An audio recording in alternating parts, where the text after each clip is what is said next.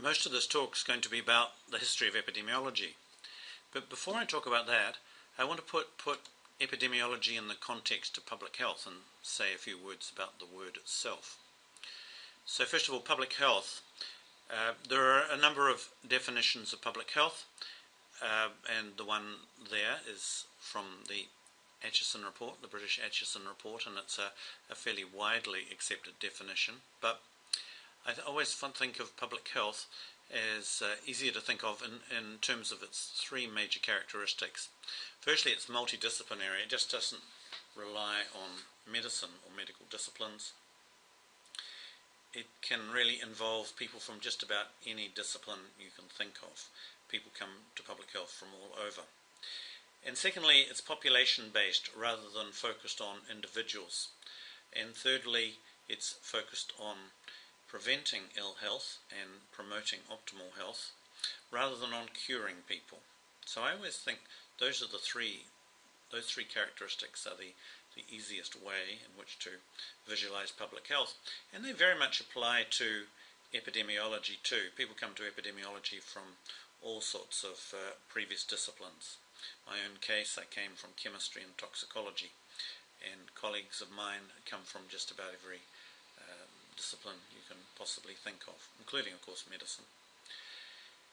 And biostatisticians work very closely with us, and together epidemiology and biostatistics are often thought of as the core disciplines of public health. And we're always working together with them, and for that reason, of course, you'll be doing some training during your Master of Public Health degree in biostatistics.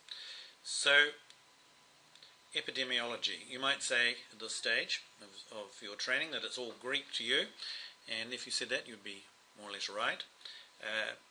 The word epidemiology is made up from three Greek words, which put together mean more or less the study of what happens to the population. But that's not really a very useful definition from our perspective. So here's a more modern definition, which encapsulates most of the key elements of public health. So we're concerned about the distribution, how things are spread around in the population and the environment, the spread, how things spread, and the determinants, risk factors we often refer to those as, or causes, of health-related states or events. So I'm not here just saying diseases, because we're also interested in things that promote optimum or better health, and we're focused mainly on human populations, but there is a discipline of veterinary epidemiology. But we're not really going to be touching on this in this course, although some of the methods we will be talking about will actually be applicable to veterinary epidemiology. And so what we study, we want to be able to apply it to prevent and control health problems and also to promote optimum health, because epidemiology is not intended just to be a dry academic discipline, but to produce useful results that will benefit other people. So let's start talking about a few of the early pioneers in epidemiology in approximately chronological order, starting with Hippocrates, who was a Greek physician, sometimes referred to as the father of medicine, the father of public health, the father of epidemiology, and he was a keen observer, and he grew up in a time when ill health was attributed to displeasing the gods, so it was necessary to placate the gods various ways with sacrifices and offerings. But Hippocrates recognized that there were patterns in the occurrence of disease, and he wrote several books, and among the things that he noticed were that malaria and yellow fever most commonly occurred in swampy areas. At the time he didn't connect that with mosquitoes, because we now know that swampy areas are breeding grounds for mosquitoes, but he correctly made the observation that these diseases occurred in those areas. He also noticed that there was a relationship between obesity and early mortality. And these were just some of his many observations. And he introduced terms like epidemic and endemic. So endemic is really just the usual persistent state and frequency of health events occurring in a population. Epidemic is when they suddenly increase well above the expected, and pandemic is really an epidemic which crosses many countries or continents. So it's just a simple diagram representing endemic and epidemic. Here in the endemic phase there's some sort of low rate of disease occurrence, and then for whatever reason it suddenly increases and becomes an epidemic. So it's a frequency of events occurring well above the expected level. And you see in this diagram we're representing number of cases of disease on the vertical axis. So we have a number of ways of expressing the frequency of occurrence of disease, and we'll be talking about that soon in this class. And then on the horizontal axis, time. So often we are interested in how the frequency of occurrence of disease changes over time. So you'll be seeing various examples of this sort of thing in the course of these talks. The next person I want to move on to is John Graunt, who lived in the 17th century. He lived in London. He was a haberdasher, but very quantitative at the same time. And he was very interested in what were the causes of death in London. There was a particular focus on the plague. That was really what was driving it. And he would send these elderly women around the parishes each week, and they would basically compile count the number of deaths, and it would be compiled by him into these bills of mortality. And he noticed that the patterns that were occurring were somewhat similar from year to year. So this could in some ways be regarded as a forerunner of the current international classification of disease system. And some of these things here you'll recognize, like scurvy and what else? Leprosy, and then there's French pox, which the French called English pox, which is syphilis. And then, but you notice that there's a very large number of people, by far the largest number of people die of the plague. And a lot of people die of, I'm not sure exactly whether you pronounce it ague or ague, and over 5,000. And that actually was malaria. So in those days there was malaria in Britain. So if you're interested in any of these, you can Google them and find out what they mean.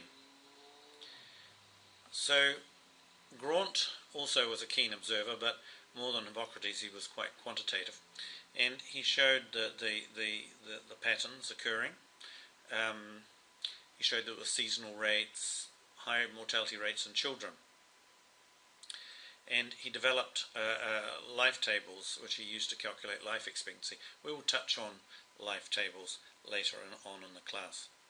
And he also defined these two new terms which we'll sometimes use: acute disease, or in this case acute death, acute causes of death, death that occurs very suddenly. An example of that will be cholera. And something that's chronic, occurring over a long period of time, like some forms of cancer, leprosy, TB, and so on. So the next person I want to mention is James Lind. And he was really the first person to use experimental methods in epidemiology. We're going to be talking about experimental methods in quite a lot more detail. But anyway, he was a naval surgeon, a British naval surgeon, and at the time scurvy, which we now know of course is caused by vitamin C deficiency, scurvy was a major problem for the British Navy, which used to go on very long voyages around the world. And he carried out this experiment where he tried these possible scurvy remedies. And by today's standards, he had a very small sample size, just 12 men with scurvy, and he split them into 6 groups and gave each group of 2, a different possible remedy. And it turned out that those who received oranges and a lemon were the ones that did best. They were largely cured, and so it seemed on the basis of this experiment, despite the very small sample size, that citrus fruit was potentially a cure for scurvy. But as we so often find in this history of epidemiology, there was very slow adoption of these remedies. People initially don't believe it, but then they eventually come round to thinking that maybe there is something to it. So you can see that it took nearly 50 years before lemon juice was provided to British sailors as a so-called cure for scurvy, and a preventive for that matter. And that, of course, is why Americans often call the British limeys, from the fact that the British Navy used to provide lime juice quite often to their sailors. The next person is Edward Jenner. He lived in a time when smallpox was a major problem, and there was a form of inoculation using small doses of smallpox taken from pustular material in people, and they would prick people's arms, and this would either cure you or at least it would kill you, I should say, or it would provide you with some immunity after a mild case of smallpox. But this was kind of a risky procedure, and so obviously something better was needed.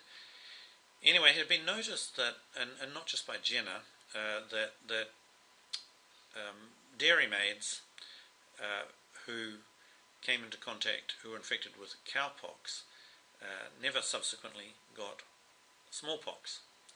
So he thought that this might be the basis for some sort of treatment, and he took this young 8-year-old boy and actually, first of all, inoculated him with cowpox, and then subsequently injected him with smallpox.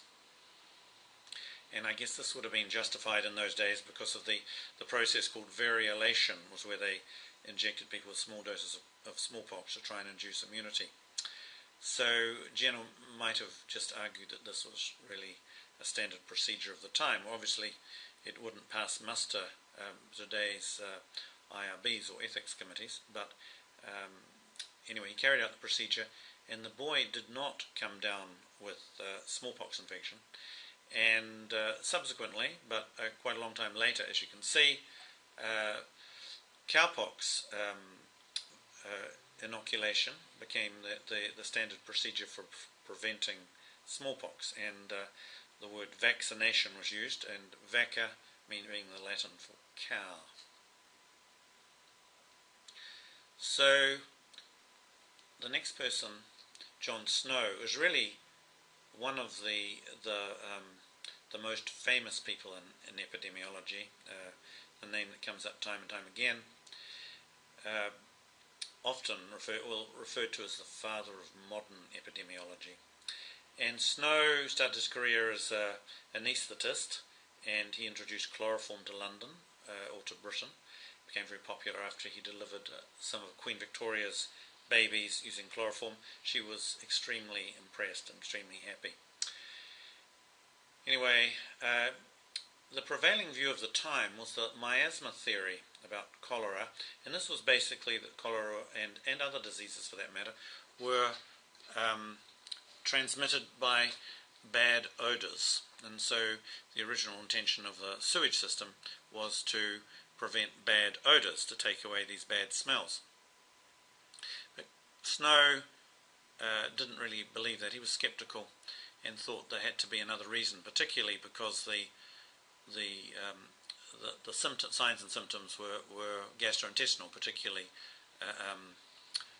very severe diarrhea.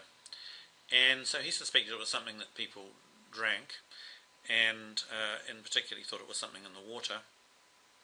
And he investigated two major outbreaks of cholera that occurred at that time.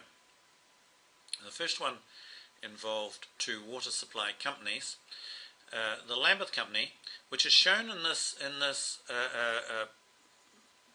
19th century map in red, and then there was a Southwark and Vauxhall Company shown here in green, but there was an area of overlap. You can see this sort of dark, more purplish area with the number 2 for two companies was actually where the Lambeth Company and the Southwark and Vauxhall Company operated together. So the water supply pipes would run down the centre of the streets, and some houses would receive their water from the Southwark and Vauxhall, some from the Lambeth Company. So Snow had the very smart idea to study this particular area where the two companies kind of coexisted, because there was always the possibility that if you could show a difference between this area and that area, it could be something quite other than the water supply.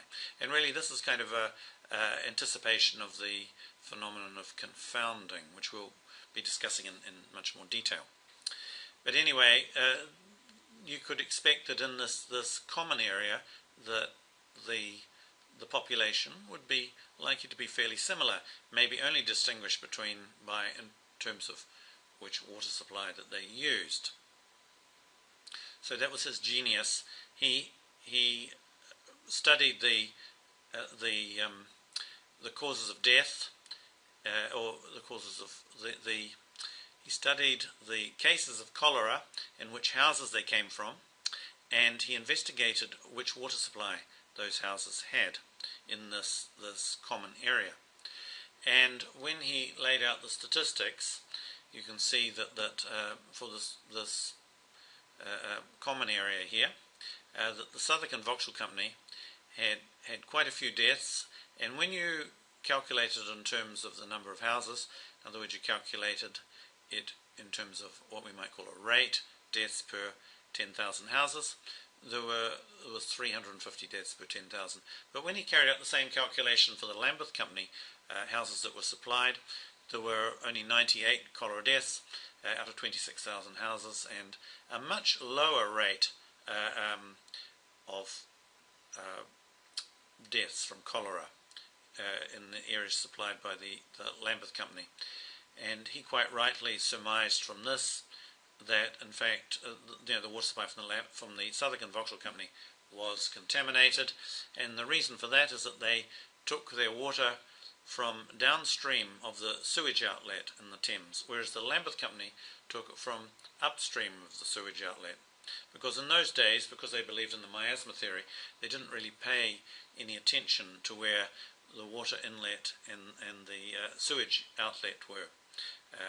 They probably believed that anything that the sewage was contained in the sewage would be diluted, and because they knew in those days that in toxicology the toxicity of a chemical is determined by the extent to which it's diluted or not diluted, so they were not too worried. The concept of microorganisms was not understood in those days. So but as a result of this, a number of measures were taken to protect people, because the Southwark and Vauxhall Company was responsible. The second epidemic that of cholera that Snow investigated was associated with the Broad Street pump. And just to illustrate this is an area of London in those days, and there were various pumps around the city that people could obtain their water supply from, and Snow plotted the distribution of deaths from cholera in the various houses around this area, and he saw that really they were clustering around this pump, and he inferred from that probably it had something to do with contaminated water from this pump, and this has subsequently been shown to be right. If you go to London now, to what used to be called Broad Street, now called Broadwick Street, this street here, so there's a memorial to Snow, and this is the old water pump, and so the handle has been removed. and it's just across from the John Snow pub, and the actual pump was more or less around here where I'm pointing with the mouse. And let me show you. So here's the pub, very nice pub, which is a bit ironic because Snow was a teetotaler and believed that at least in those days, that alcohol was one of the major evils of the time. And over here, on the side of the pub, you can see there's a plaque basically saying that John Snow's pump stood about here, and here's the plaque over here, and then down here is a red flagstone that marks the site of the actual pump, the actual Broad Street pump, from which the handle was removed. The next person is Ignaz Semmelweis, who was an Austro-Hungarian physician. He was very concerned about puerperal fever or childbed fever in women who had just given birth. He was concerned that it was possibly somehow contagious. And at the Vienna General Hospital there were two clinics. One was staffed by midwives and the other one staffed by medical students. And often the medical students would come straight from the dissection room to deliver babies. And he noticed there was a sort of major difference in the rates of puerperal fever between the medical student clinic, which is 10%, and the midwife clinic, which is 1 to 2%. And he suspected that there was something contaminating the hands of the student doctors just because they'd been conducting dissections. And he introduced this intervention, scrubbing hands with chlorinated lime solution between moving from the dissection room to the delivery room.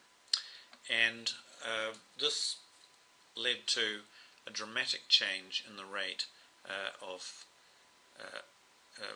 deaths from puerperal fever in the clinic run by the trainee doctor. So it dropped dramatically down to the level of the midwives. But again,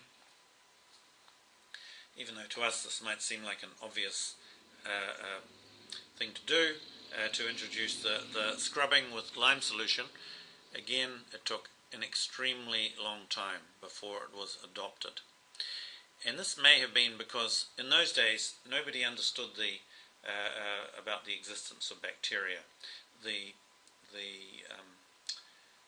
miasma theory continued to prevail long after Snow had demonstrated that cholera in particular seemed to be associated with contaminated water supplies. Unfortunately, he died quite early and wasn't able to push his ideas, and so they got largely forgotten about until Robert Koch, along with Louis Pasteur, established the germ theory of disease and showed that microorganisms, specifically anthrax, TB, and cholera organisms, did exist. And after that, the idea that there were infectious causes of illness became widely accepted. And these, I think, are anthrax bacilli in forming characteristic rods. So I want to briefly introduce the idea of the epidemiologic triangle, which is particularly applicable to infectious diseases. So we think of the epidemiologic triangle as having these three corners: host, environment, and agent, all of which are acting in the context of time. So perhaps if I can illustrate this by example. Well, first of all, let's just say a bit about agent, host, environment. So agent is the disease agent, which could be a bacteria or virus. The host is some sort of organism, which could be human, which harbours the agent for a while. And the host is the environment, that the conditions that propagate the spread of the disease organism. And time includes various things like incubation periods and the life cycle of the pathogen. And speaking of life cycles of pathogen, here is the life cycle for malaria, which has a fairly complex life cycle, and it has two hosts. There's the human host, and then there's the mosquito host, and the various stages of the parasite cycle between the mosquito and the human, and malaria provides a good example of how we might deal with an epidemic if we understand about that life cycle. So so we can deal with it by targeting the host agent or environment. So with mosquito, if we can eradicate the mosquito host with insecticide, then that deals with that. That will prevent the epidemic.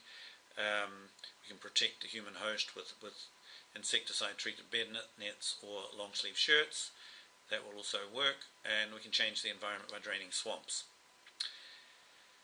And we can eliminate the agent, but of course we're not yet at the stage with malaria we can actually do that, but hopefully in the future there'll be some vaccine for malaria.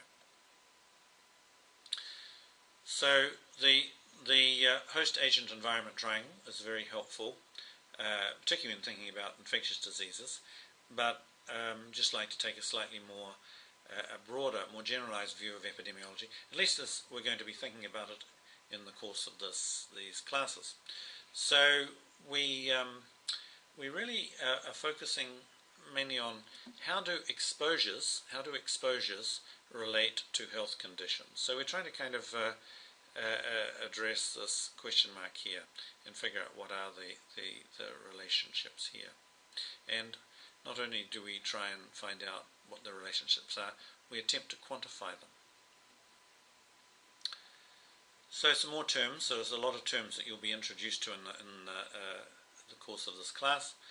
So we sometimes refer to health condition, and basically that's just a broad array of states of health.